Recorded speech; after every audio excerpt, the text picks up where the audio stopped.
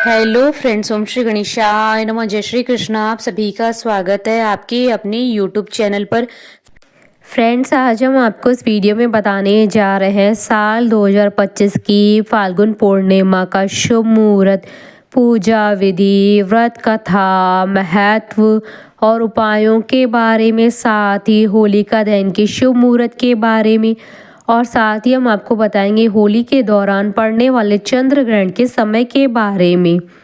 Friends, video शुरू करने से पहले आपसे रिक्वेस्ट है, अगर आप हमारे चैनल पर नए हैं और आपने अभी तक चैनल को सब्सक्राइब नहीं किया है तो प्लीज सब्सक्राइब कीजिएगा चैनल को, साथ ही प्रेस कीजिएगा बेल आइकन को, जिससे नए वीडियो से रिलेटेड नोटिफिकेशन आपको तुरंत प्राप्त हो सके। और वीडियो पसंद आने पर वीडियो को लाइक और शेयर जरूर कीजिएगा ताकि सभी भक्तों को इस वीडियो का लाभ प्राप्त हो सके। और कमेंट बॉक्स में जय श्री कृष्णा जरूर लिखिएगा। फाल्गुन मास हिंदू नववर्ष का अंतिम महीना होता है। फाल्गुन पूर्णिमा वर्ष की अंतिम पूर्णिमा होती है। इस पूर्णिमा के बाद से चैत्र मास और हिंदू नववर्ष प्रारंभ हो जाता है। फाल्गुन माह की पूर्णिमा को फाल्गुन पूर्णिमा होती है। इस दिन होली और लक्ष्मी जयंती मनाई जाती है। फाल्गुनी पूर्णिमा का धार्मिक रूप से बहुत ही महत्व होता है, साथ ही सामाजिक सांस्कृतिक नजरिए से भी बहुत अधिक महत्व होता है। पूर्णिमा पर उपवास भी किया जाता है, जो सूर्योदय से आरंभ कर चंद्रोदय तक रखा जाता है। पश्चिम बंगाल, उड़ीसा जैसे राज्यों में फाल्गुन पूर्णिमा के दौरान दोल पूर्णिमा मनाई जाती है। फाल्गुन पूर्णिमा हिंदुओं के लिए विशेष महत्व रखती है। फाल्गुन पूर्णिमा को वसंत पूर्णिमा के नाम से भी जाना जाता है। फाल्गुन पूर्णिमा के शुभ दिन के दौरान भगवान विष्णु और माता लक्ष्मी जी की पूजा की जाती है, साथ ही भगवान सत्यनारायण जी की भी पूजा की जाती है। फाल्गुन पूर्णिमा पर फाल्गुनी नक्षत्र की शुरुआत को अत्यधिक समृद्ध माना जाता है और यह नक्षत्र सौभाग्य लाता है। धार्मिक मान्यताओं के अनुसार फाल्गुन पूर्णिमा का उपवास रखने से मनुष्य के दुखों का नाश होता है, उस पर भगवान विष्णु जी की विशेष कृपा होती है। वहीं इस दिन होली का त्योहार भी मनाया जाता है। होली के पर्व को बुराई पर अच्छाई की विजय के रूप में मनाया जाता है और तमाम लकड़ियों को इकट्ठा कर सभी प्रकार की नकारात्मकताओं की होली जलाई जाती है। फ्रेंड्स, अब आइए जानते हैं साल 2025 की फाल्गुन पूर्णिमा और होलिका दहन के शुभ मुहूर्त के बारे में। हिंदू पंचांग के अनुसार साल 2025 में फाल्गुन पूर्णिमा 13 व 14 मार्च 2025 गुरुवार और शुक्रवार के दिन है। फाल्गुन पूर्णिमा का व्रत 13 मार्च 2025 गुरुवार के दिन है और 14 मार्च 2025 को स्नान दान की पूर्णिमा है। पूर्णिमा तिथि प्रारंभ होगी 13 मार्च 2025 को सुबह 10:35 पर। पूर्णिमा तिथि का समापन होगा 14 मार्च 2025 को दोपहर 12:23 पर। चंद्रोदय का समय रहेगा शाम 6:38 पर। इस दिन शिव योग और सिद्धि योग का शुभ संयोग भी बन रहा है। इस शुभ दिन पर देवों के देव महादेव कैलाश पर मां गौरी के साथ विराजमान रहेंगे। साथ ही इस दिन उत्तरा फाल्गुनी नक्षत्र का शुभ संयोग भी बन रहा है। इन योगों में भगवान विष्णु और भगवान शिव जी की पूजा करने से साधक को सभी प्रकार के सुखों की प्राप्ति होगी। फ्रेंड्स, अब आइए जानते हैं होलिका दहन के शुभ मुहूर्त के बारे में। साल 2025 में होलिका दहन 13 मार्च 2025 गुरुवार के दिन है और रंग वाली होली 14 मार्च 2025 शुक्रवार के दिन है। होलिका दहन का मुहूर्त रहेगा रात्रि 11:26 से रात्रि 12:30 तक। कुल अवधि 1 घंटा 4 मिनट है।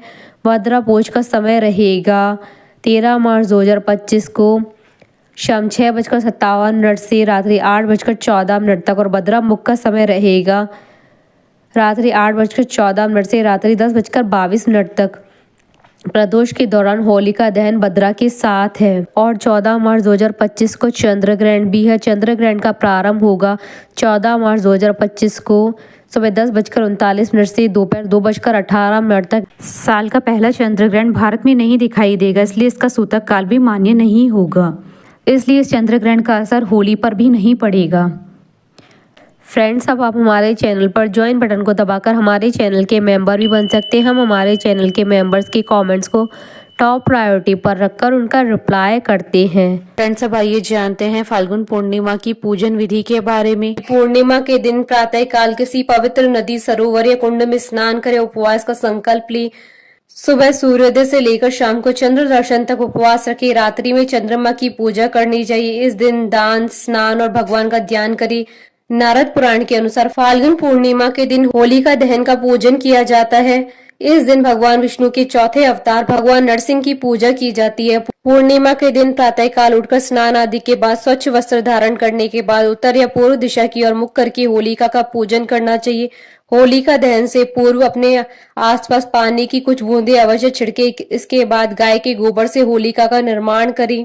एक थाली में माला, रोली, गंध, पुष्प, कच्चा सूद, गुड़, साबुत हल्दी, मूंग, बताशे, गुलाल, नारियल, 5 प्रकार के अनाज में गेहूं की बालियां, साथ ही 1 लोटा जल अवश्य रखें। पूजा सामग्री के बाद भगवान नरसिंह की प्रार्थना करें और होलिका पर रोली, अक्षत, फूल, बताशे अर्पित करें और मौली को होलिका के चारों ओर लपेटे। तत्पश्चात होलिका पर प्रहलाद का नाम लेकर पुष्प अर्पित करें। भगवान नरसिंह का नाम लेते हुए 5 अनाज चढ़ाएं। पूजा संपन्न होने के बाद होलिका दहन करें और उसकी परिक्रमा करना न भूले। होलिका की अग्नि में गुलाल डालें और घर के बुजुर्गों के पैरों पर गुलाल लगाकर आशीर्वाद लें। फाल्गुन पूर्णिमा की व्रत कथा नारद पुराण के अनुसार राजा हिरण्यकश्यप का बेटा प्रहलाद एक विष्णु भक्त था। भगवान विष्णु की भक्ति करने के कारण हिरण्यकश्यप से नफरत करता था और प्रहलाद को मारना चाहता था। उसने प्रहलाद को मारने की कई बार कोशिश की, लेकिन वह उसे मार न सका। कई बार असफल होने के बाद उसने यह कार्य के लिए अपनी बहन होलिका की मदद ली। असुरराज हिरण्यकश्यप ने ब्रह्मदेव की घोर तपस्या करके अमर होने का वरदान प्राप्त किया था। उसने यह वर मांगा था कि उसे जीव जंतु, देवी देवता, राक्षस या मनुष्य रात दिन, पृथ्वी, आकाश, घर या बाहर न मार सके। इसी कारण से उसमें अत्यधिक अहंकार आ गया था। वह चाहता था कि धरती पर सिर्फ उसी की पूजा हो, लेकिन प्रहलाद हमेशा भगवान विष्णु जी की भक्ति में लीन रहता था। उसने कई बार प्रहलाद को विष्णु भक्ति न करने को कहा, लेकिन प्रहलाद ने उसकी एक न मानी। उसने कई असुरों द्वारा प्रहलाद को मारने का प्रयत्न किया, लेकिन वह हर बार की तरह असफल रहा, जिससे वह परेशान रहने लगा। जब उसकी बहन होलिका ने उसकी परेशानी का कारण पूछा तो उसने अपनी बहन को सारी बात बता दी। होलिका ने अपने भाई से कहा कि वह चिंतित न हो, क्योंकि उसे अग्नि से न जलने का वरदान प्राप्त था। होलिका ने अपने इसी वरदान का फायदा उठाया और प्रहलाद को अपनी गोद में लेकर अग्नि में बैठ गई। लेकिन होलिका का यह वरदान उसके कोई काम न आ सका, क्योंकि होलिका उस अग्नि से स्वयं ही जलकर भस्म हो गई। इस प्रकार से उस दिन बुराई पर अच्छाई की जीत हुई। तब से ही होलिका पर्व मनाया जाता है। बोलिए भगवान विष्णु की जय, माता लक्ष्मी की जय। हमारे साथ इस वीडियो में अंत तक बने रहने के लिए आपका धन्यवाद। ओम श्री गणेशाय नमः। जय श्री कृष्णा।